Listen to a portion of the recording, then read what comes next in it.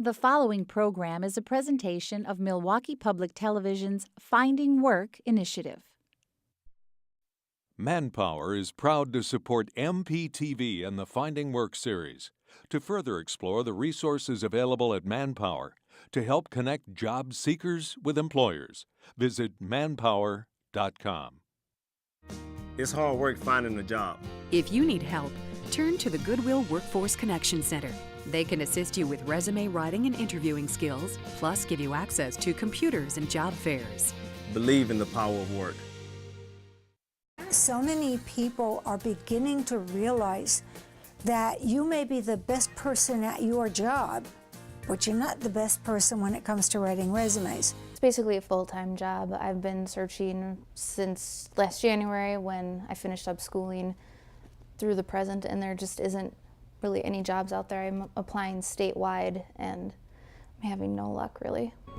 I've been living out of a backpack for 6 months now, trying to find any place, trying to get some honest work. So welcome to the misadventures of the homeless handyman. It's just you gotta stay persistent and just don't give up. You know, this is America, there's gonna be a job for me.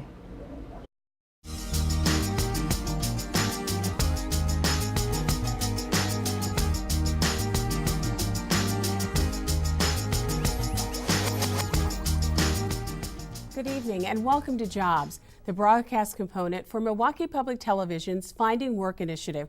I'm Denise Calloway. And I'm Mark Segrist. For the next year, MPTV and its community partners will be working to help improve the employment climate in Wisconsin. The Finding Work initiative will include this monthly broadcast, occasional television specials, and regular contributions from local programs that MPTV produces. In addition to television, there is also an interactive website with information on a variety of topics and issues related to employment and services available from our community partners and other institutions. We'll have the website address for you later in the program. Each month, we'll be here profiling Wisconsinites engaged in finding work. Most will be job seekers, some will have found employment, some will still be searching. Others will be assisting people in their searches. We hope that you'll find their stories engaging, enlightening, informative, and helpful. So let's get started. Losing a job is one of life's more traumatic events. Oftentimes, it's coupled with the realization that it's time to upgrade your job skills, even pursue a whole new line of work. I recently met a Milwaukee area man who initially feared that option, yet after seizing the opportunity, he discovered a potential inside himself that he never knew existed. Yeah, it's been a rough road, but I see light at the end of the tunnel. You don't have to explain the recession to John Arndt of Grafton. He's living it firsthand. My boss pulled me in the office and pretty much told me that I was going to be laid off and that I was going to be terminated because there wouldn't be a callback. That was after 28 years of service at Pace Industries in Grafton, previously known as Leggett & Platt. Most of those years were spent working in the shipping department. The loss of his livelihood forced John to take a critical look at his future. There was nothing out to be found. There was no jobs anywhere. I mean, they had kid jobs is what I call them, jobs that they didn't want to pay people for. And I did that when I was a kid, but now I got to support a family. So at the age of 51, he decided to reinvent himself. John Arndt's new career path begins here on the MEC1 campus of Milwaukee Area Technical College. This is where John is currently pursuing an associate degree in environmental and pollution control technology. His retraining is sponsored by a federal initiative known as the Trade Adjustment Assistance Program. What was it like going back to school after being away for so many years? Terrifying. I was not a good student in high school to start with. I've had some disabilities with reading, and I wasn't sure if I was going to be able to even go to school and actually be able to do this. John's initial fears were prompted by the fact that as a young man, he was diagnosed with dyslexia. Even though he knew it would be challenging, his wife Michelle and their 2 sons encouraged him to go for it. You were terrified at first going back to school after being away from it for so many years, but now you're obviously very comfortable. How's it going for you? It is excellent. I'm almost a 4.0. John, that's wonderful.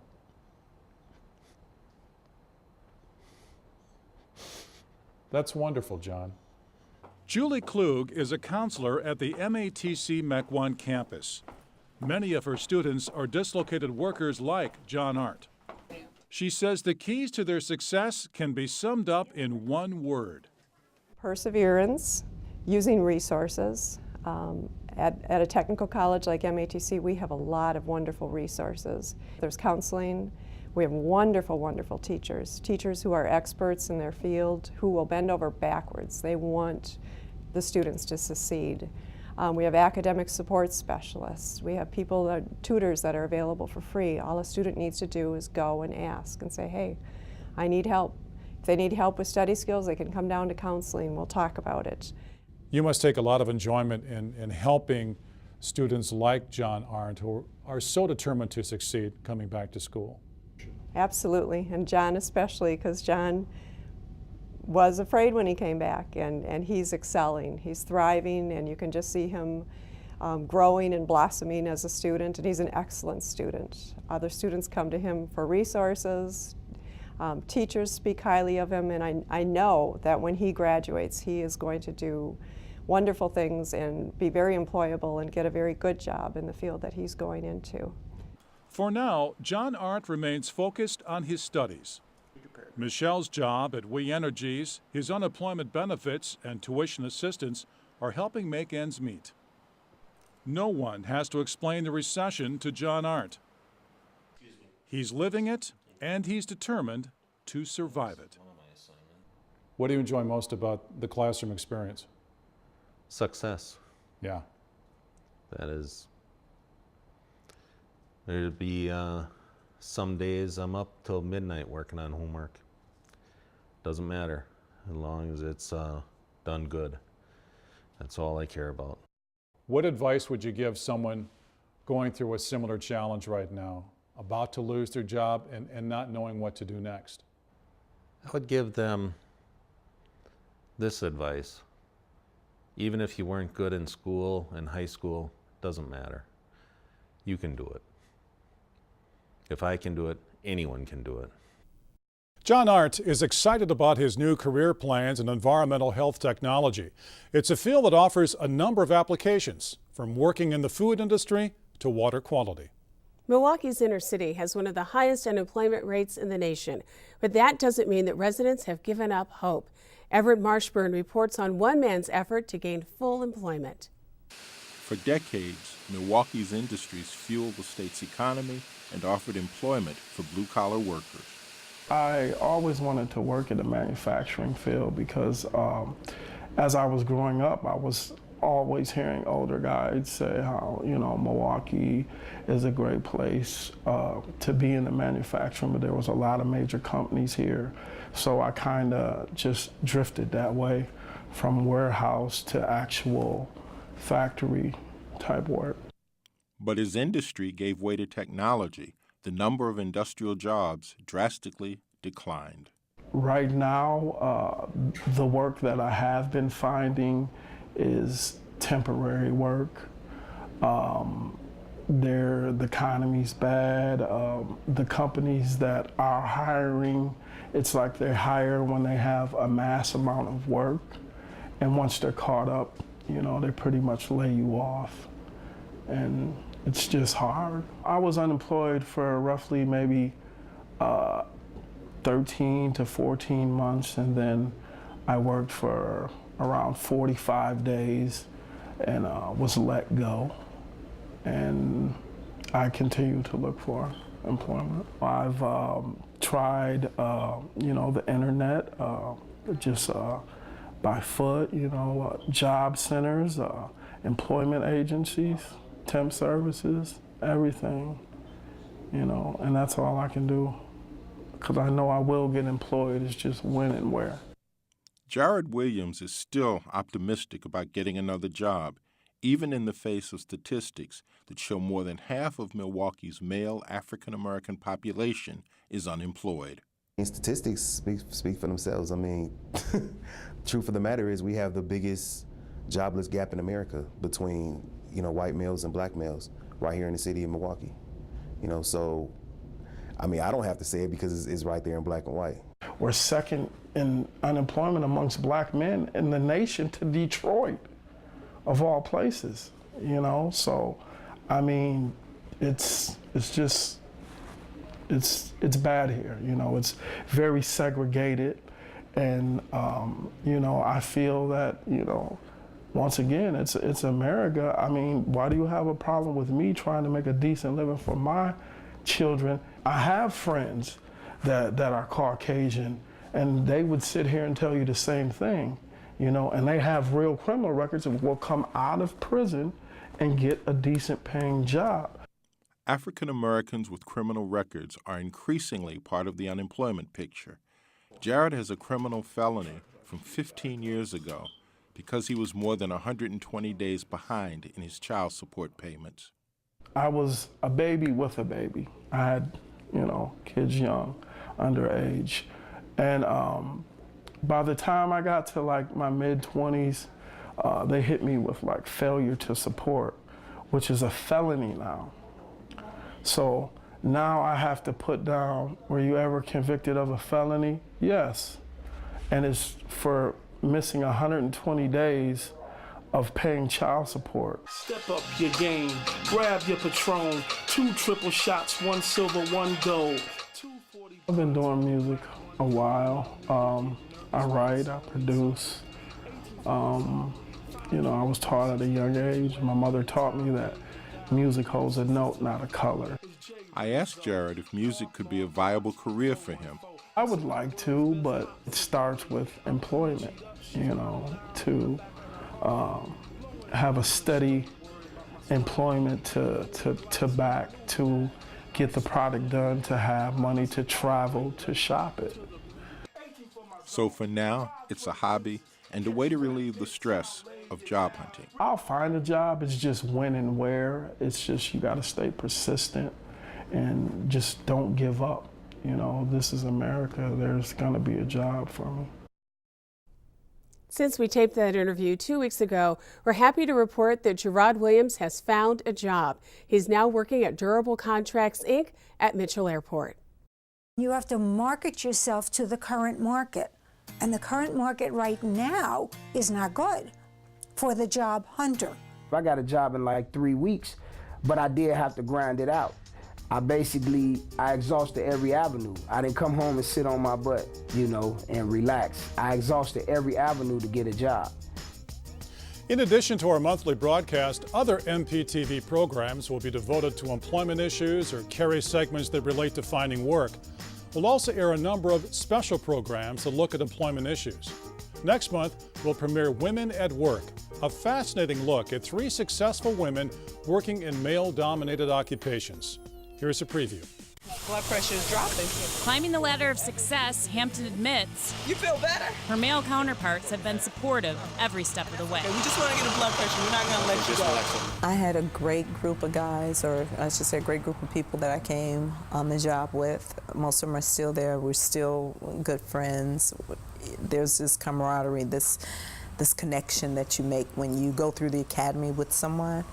So that's still there. Okay. Y'all really feeling better? We all just wanted to make it through, so we were working together to get through. Change the number on there. Just because it's not the norm doesn't mean that it can't be done, you know? And we need to get it out of our heads as to what we cannot do. Staying mentally strong is important, but making sure she is physically able to do the job is priority number 1. Mother Nature made men and women up slightly different.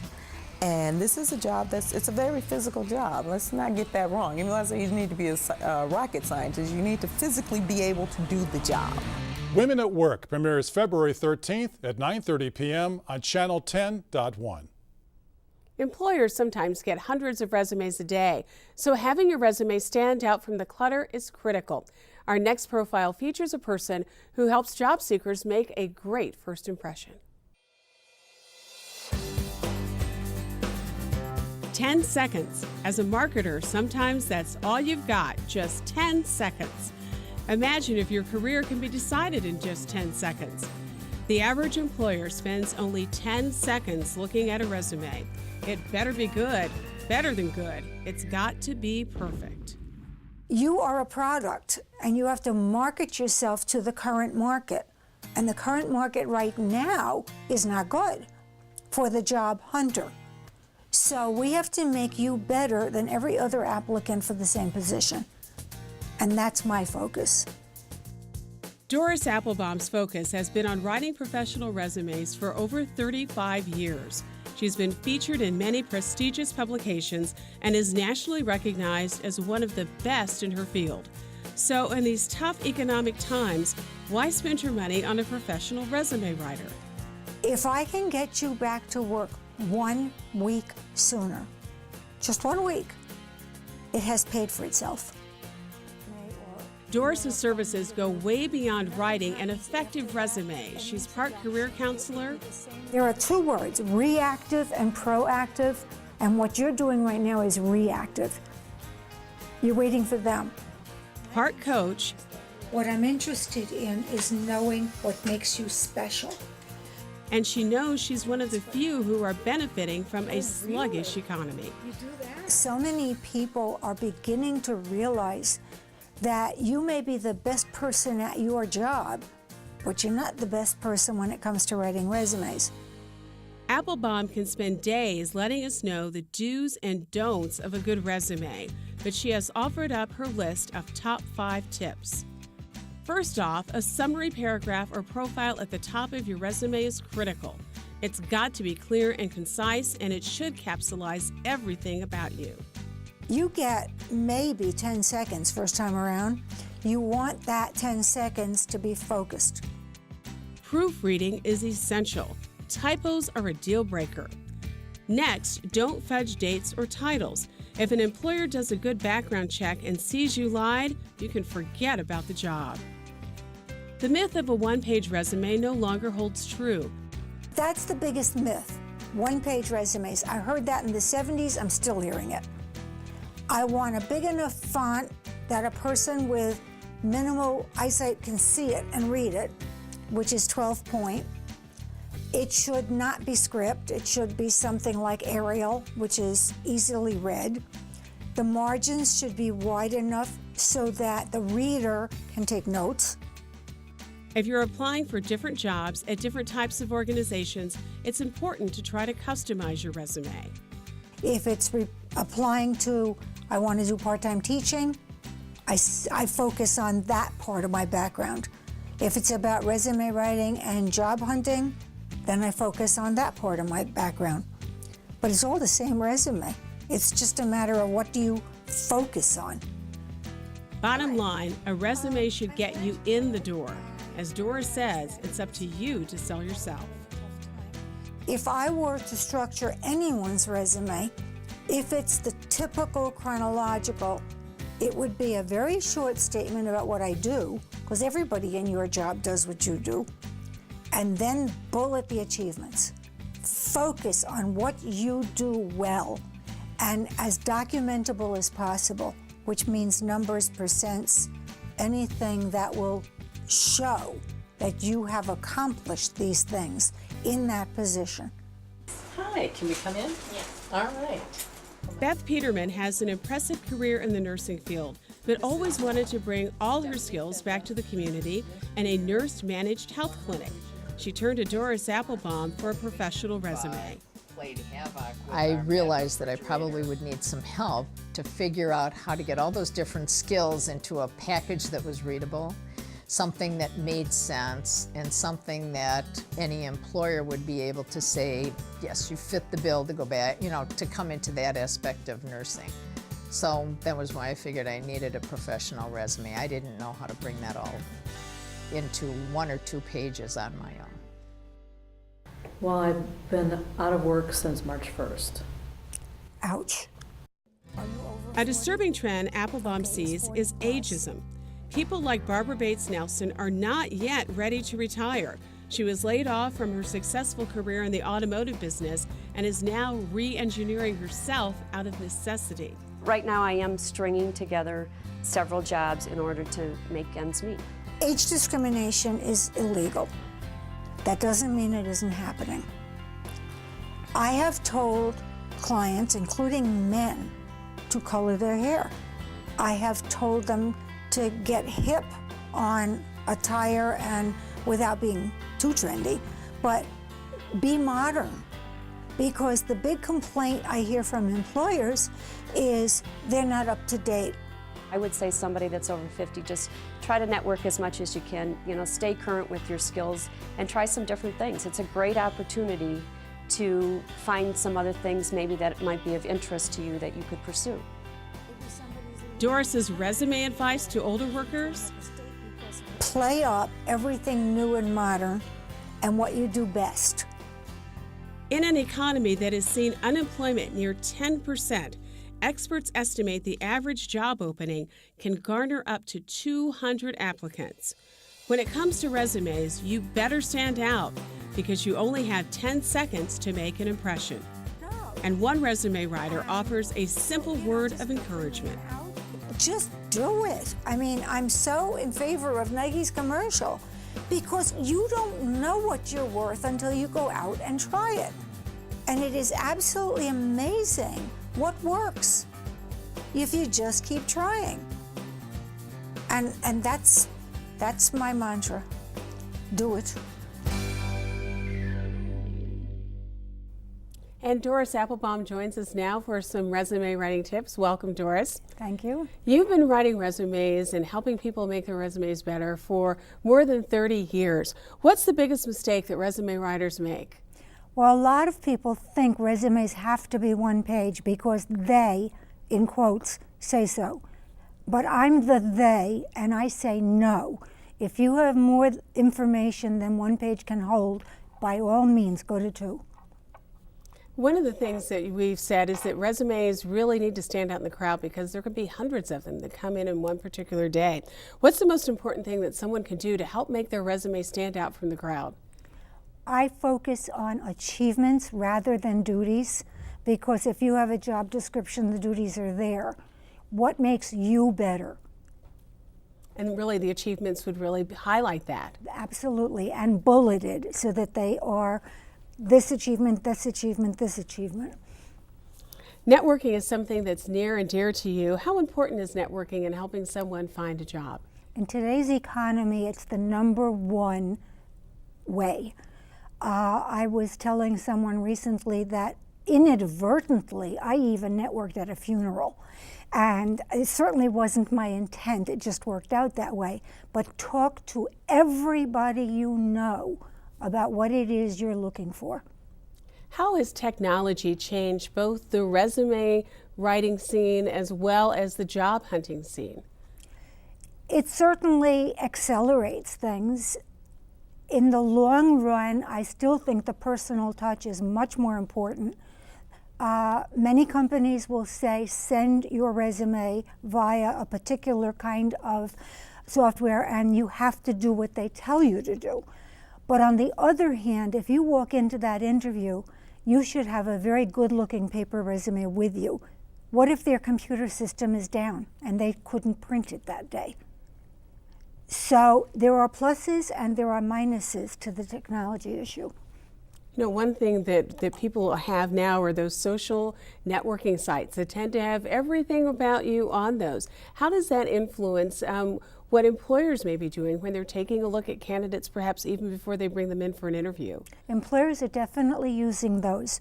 So clean up your act. If you are on any of those social sites and saying things that you think only your friends are seeing, you're wrong. The employers are seeing it too. I strongly recommend LinkedIn. It's the most professional one that I've come up with. Great. And one final question. Your work is really designed to help people have their resume, help them move them into an interview situation and get them in the door. But is there one piece of advice that you'd offer someone as they prepare for what could be their interview of a lifetime? One piece of advice, Denise? Oh my goodness. Plan ahead. Plan your outfit, plan your geography, plan your opening statement to the employer. Plan everything ahead of time so that you're not caught off guard when you get there.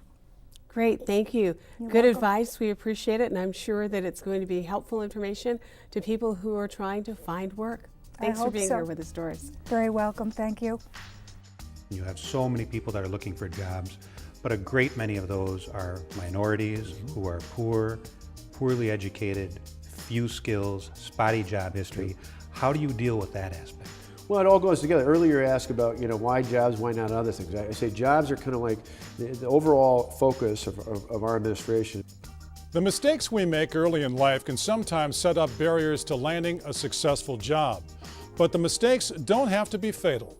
Everett Marshburn shows us one Milwaukee man and how he was able to turn his life around and help others not make the same mistake he made. I work at National Podorthic Services, and I do halfway trimming and putting material on for diabetic inserts and for normal inserts for patients here at NPS. What I do is, before the guy makes the final trim, I do the halfway trim. We make inserts for people's feet for the patients that we have here for the Podorthis. This is not my first job here. My first job here was in shipping and receiving. My second job here was doing mows. My third job is what I do now.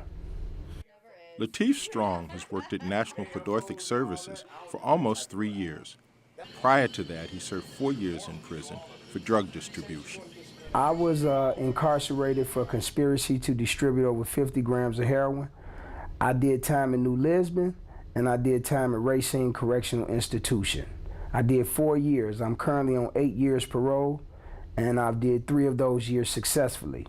And my parole officer is in the process of telling me that she probably will give me put me in for early release next year of March. Unfortunately, his situation is not uncommon among young men in urban areas where drug selling and addiction thrive. I would say that the communities that I've lived in have been drug infested, and I would say that it's easy access to a guy for them to feed their family, but it's also a trap for destruction, because the average guy that begins to sell drugs almost is the same guy that ends up using them. We have to really look at the systematic thing of it and understand that, yeah, it's an easy way out, but it's also the easy way to fail. For Lateef, failure was not an option. When I went to prison, I made a decision that I was not going to come out and do the same things that I did before I went in. And I also promised myself and I promised my family that I was not going back to prison. And so what I had to do was just follow my new mindset and stick to that, and stick to the plan that I laid out for myself. When I was incarcerated, I sat back with a brother named Daniel Harris, and we came up with an organization called Brothers with a Purpose. And when I first got incarcerated, I turned my life over to the Lord, which had a big impact on where I'm at today, and still does. And for those 4 years that I was incarcerated, I studied, and we really put this program together, and now it's about to come to fruition. He came out of prison with a purpose. Lateef wanted to help rebuild his community, and of course, he needed a job. My experience when I came home, it was not that hard for me to find a job. I got a job in like 3 weeks, but I did have to grind it out. I exhausted every avenue. I didn't come home and sit on my butt, and relax. I exhausted every avenue to get a job till somebody gave me one. Lateef worked for minimum wage with the temp service until he found out about a job at his brother-in-law's workplace. I got my job through my brother-in-law. I was referred by him to the boss, Jeremy and Nicole, and they brought me in for an interview and they hired me. Lateef is a very hard worker. He's very dedicated to his position and to the company. He puts his all in any department that we've put him in. He's actually transitioned into many different roles. So He's been a very good asset to the company. Past offenders, really you can't hold that true to a person.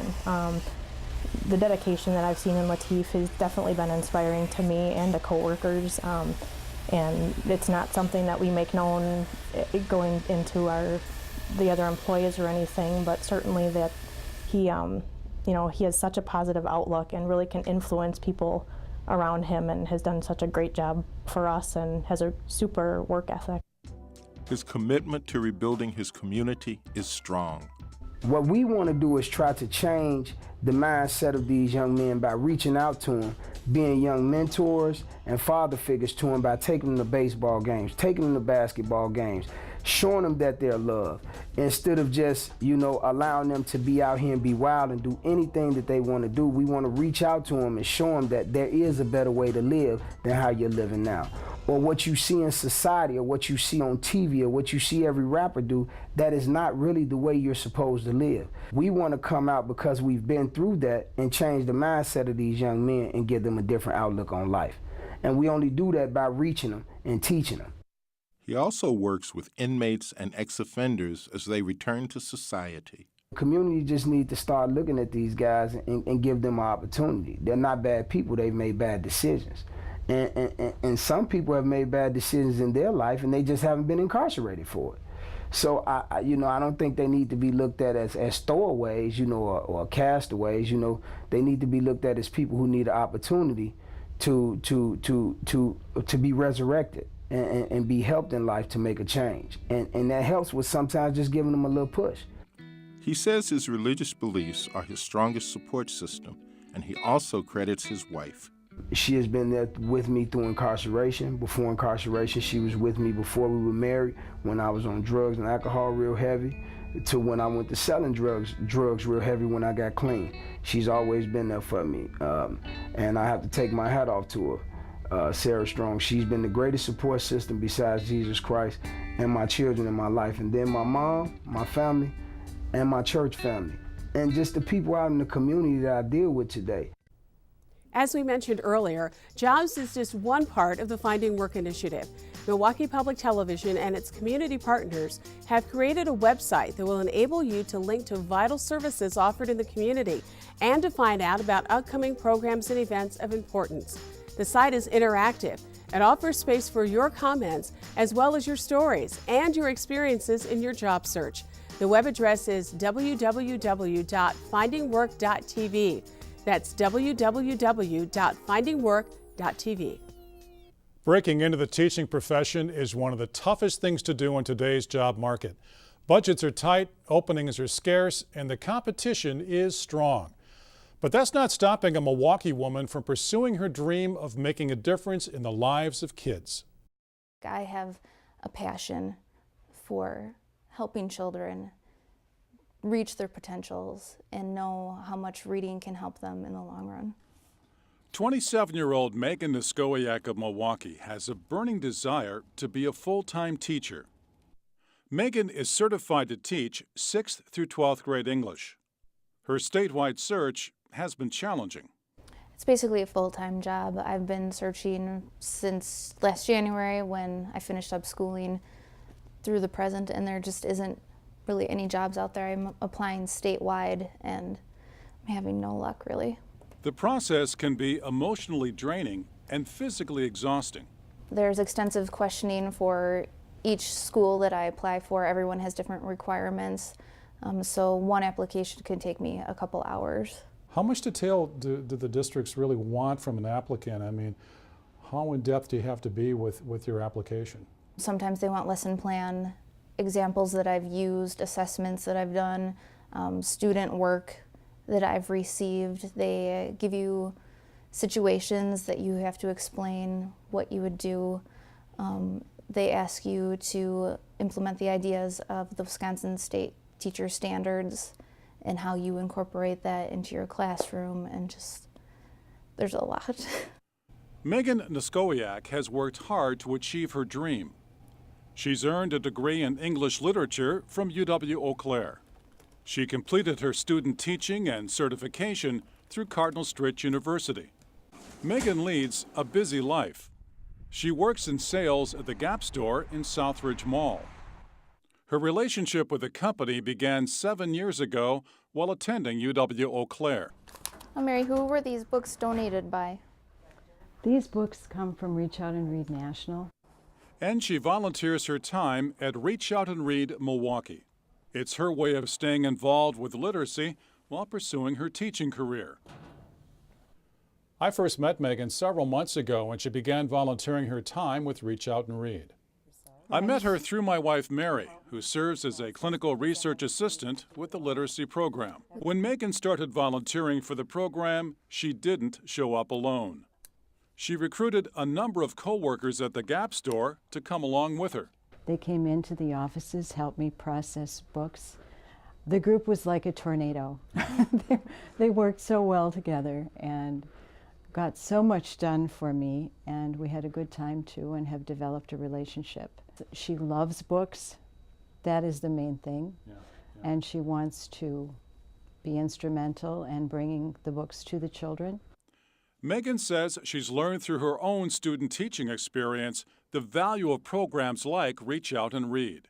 In my freshman class, I had children who were at a second grade reading level. So if we can get children at 6 to 9 months, 2 years, interacting with their parents, it'll set them up for success for the rest of their lives. Megan Niskowiak developed a love of learning during her own formative years. It came naturally. There's no shortage of educators in her family. I think growing up, I always kind of had an inclination that I might want to teach. There's a lot of teachers in my family, special ed teachers, regular ed teachers, principals, just the whole gamut. And it was always just kind of what I thought you did when you grew up. And then my love of reading, it just kind of went hand in hand. One of those role models is Megan's mother, Linda Stoll. What's the experience been like just watching Megan searching so hard for this full-time opportunity? She came and visited our classroom at the school I was working at the time and had a great rapport with all the special ed kids, even though that's not her forte right now. But as a mom, I also feel her frustration because she can't get a job. And I know if she did get a job, the children that she taught would benefit greatly from her teaching. What kind of teacher is Megan going to make? I think she's going to be outstanding. She loves children, she loves reading, she knows the importance of the connections. Reading is a part of everything that we do in the world, and to instill that passion in children is a higher calling, I think. So I think when she gets a chance to show what she has to offer, it'll be great. Megan says the encouragement of her family has been a tremendous help during her job search. Her husband, Nick, was especially helpful during her busy days as a student teacher. I had so much work that even when I was home, we just didn't have any time, and then weekends I would be at the Gap.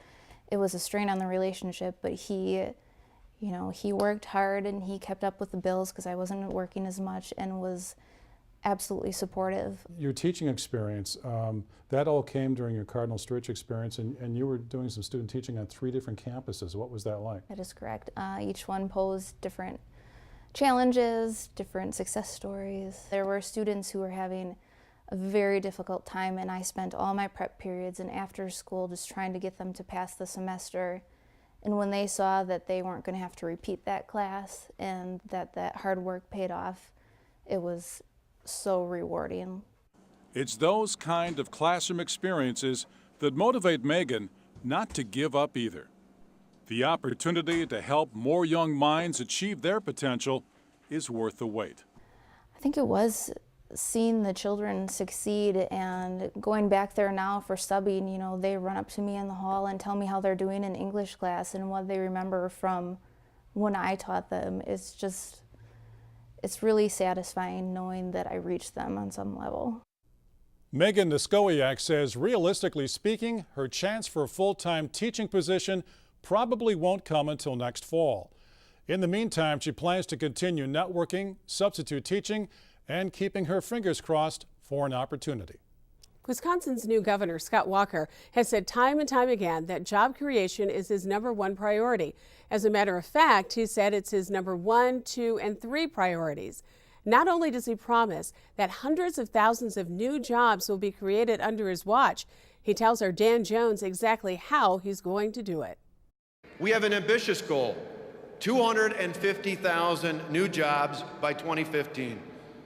I know we can do it because we did it a generation ago.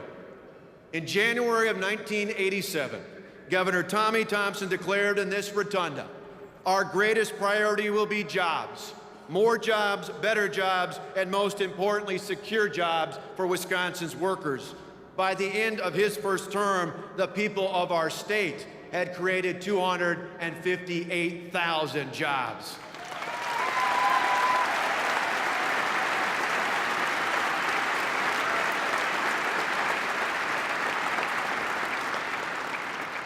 To kickstart our plan to create 250,000 jobs, I will call a special session of the state legislature starting today.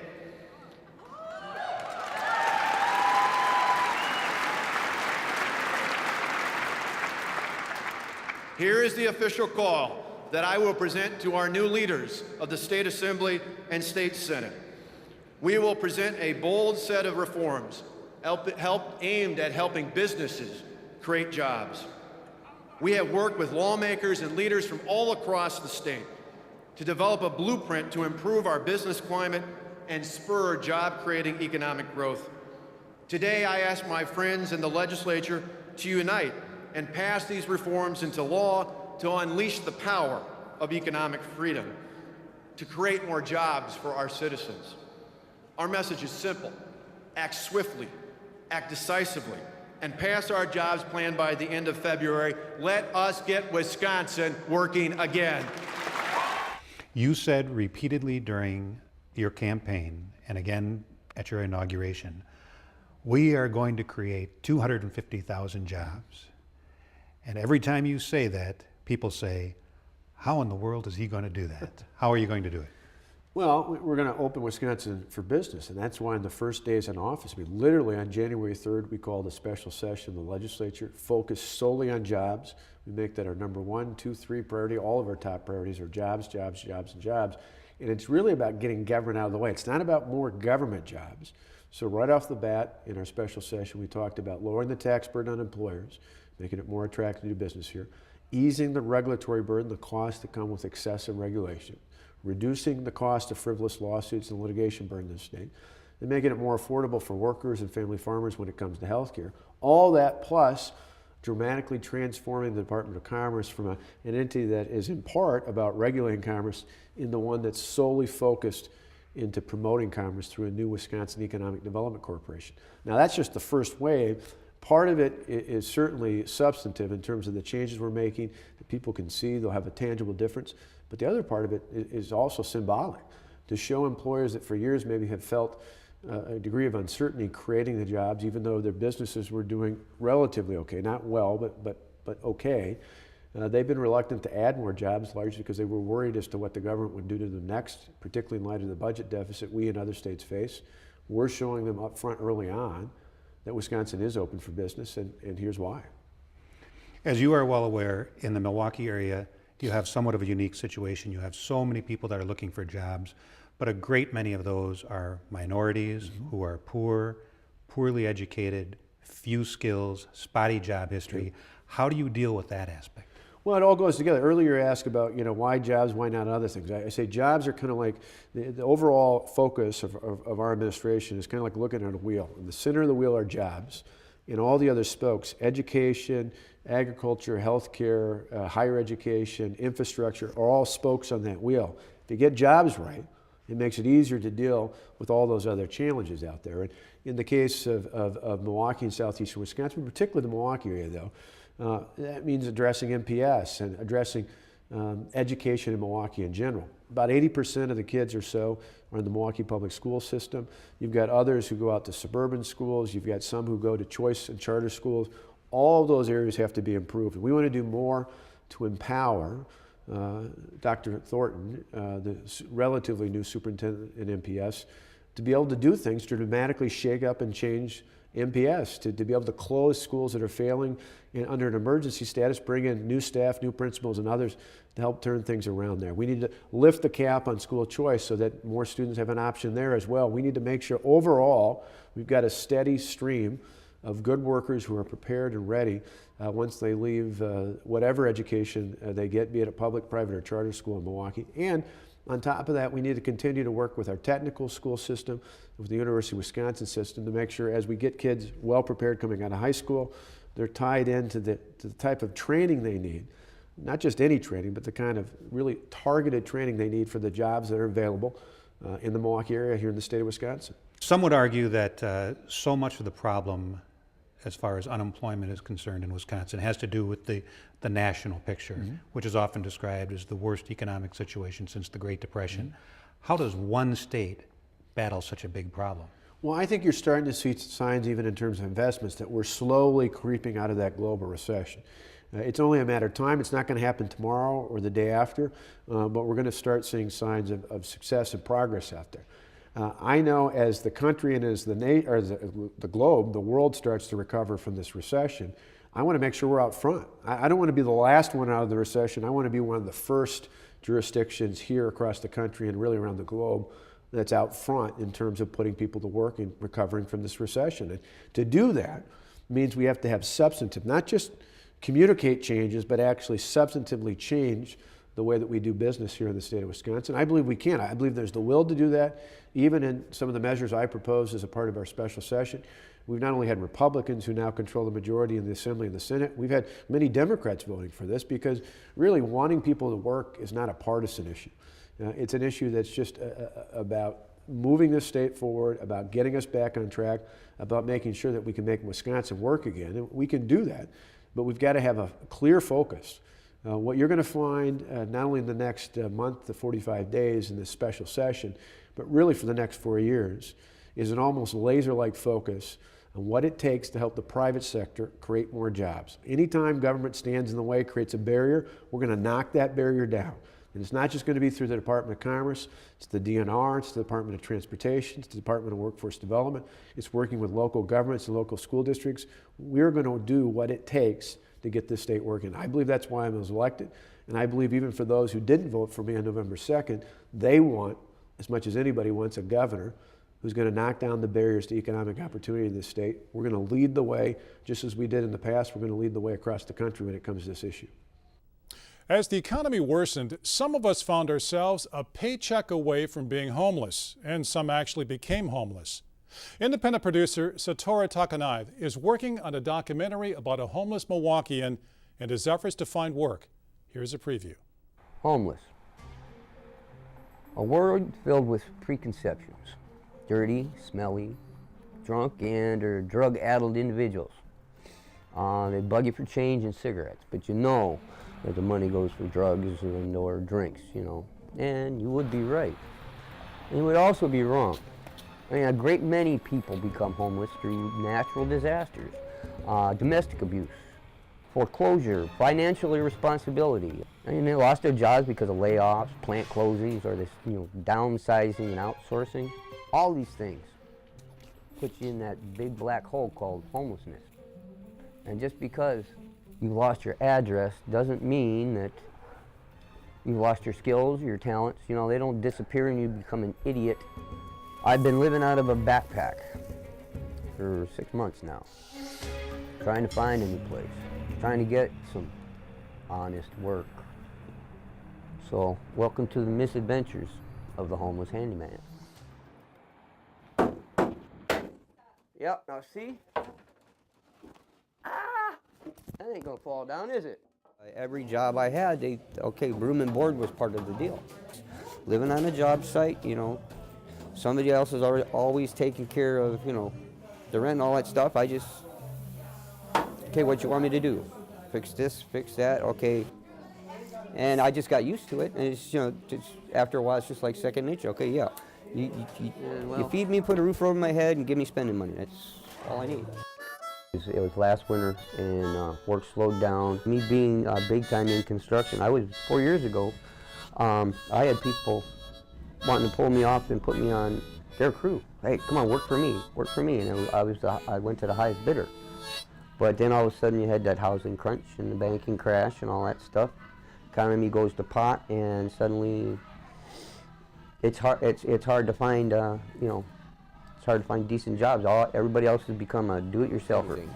But I want to do a little bit less manual labor and use, the talents like I got in the books and all that. But I'll take what I can get right now, just because it is getting cold. I want to get into the graphic design, animation.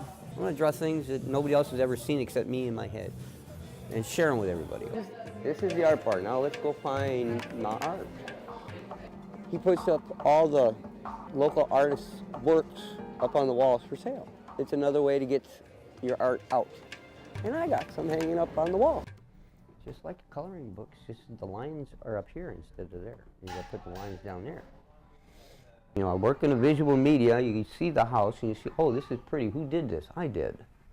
Oh, this is a cool bathroom. Says, yeah, and I put all this stuff in there, okay. But everybody's gotten so impersonal, last, 10, 12, 15 years.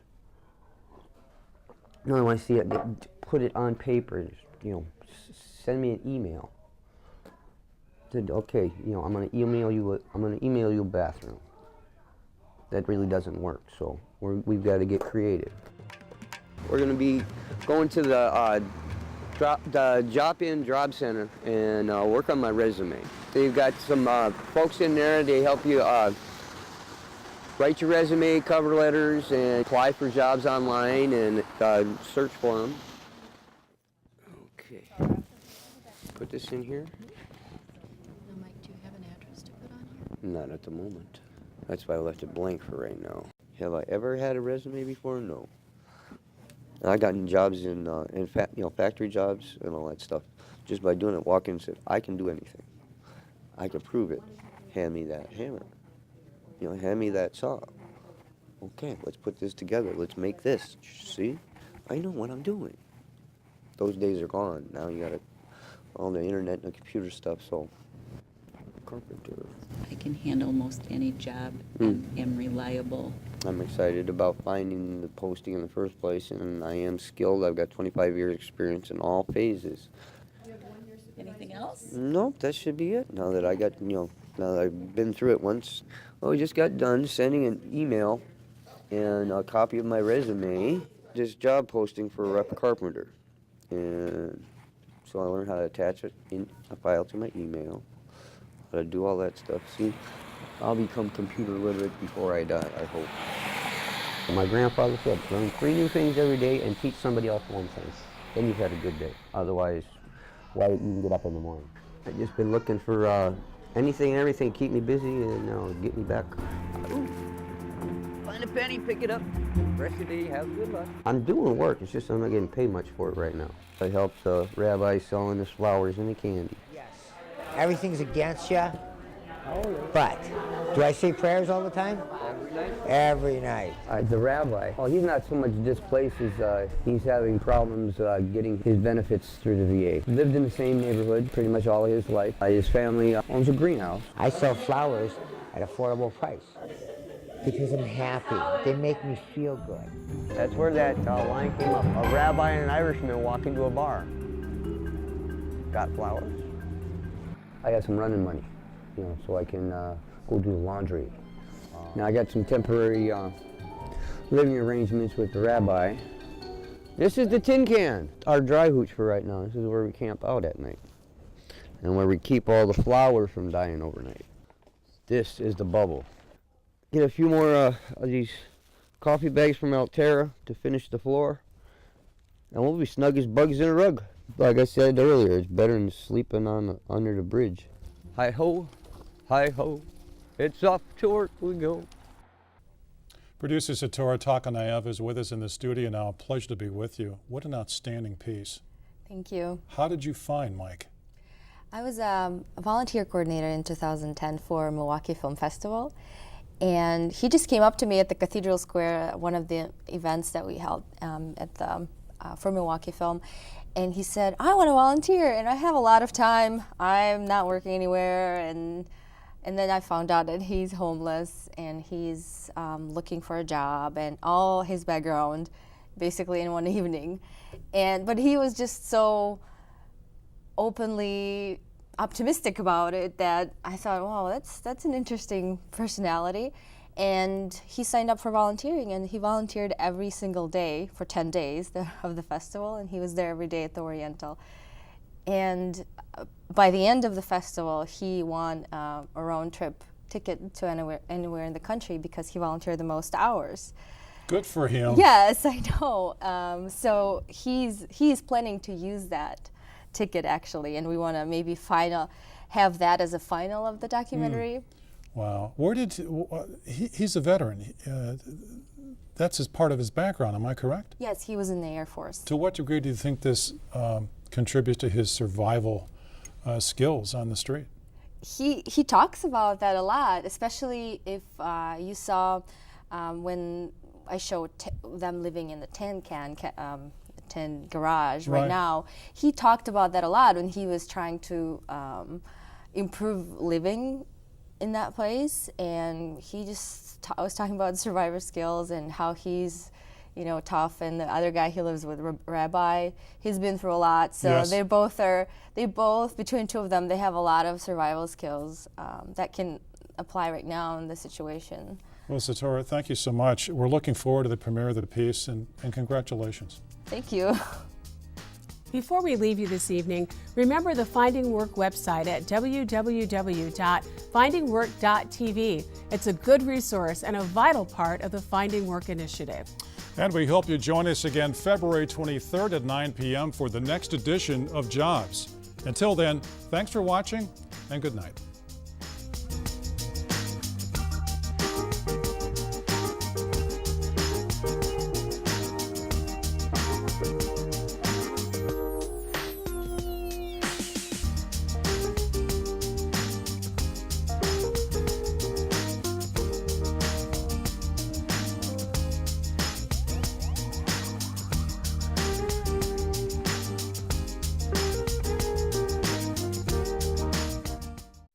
Manpower is proud to support MPTV and the Finding Work series.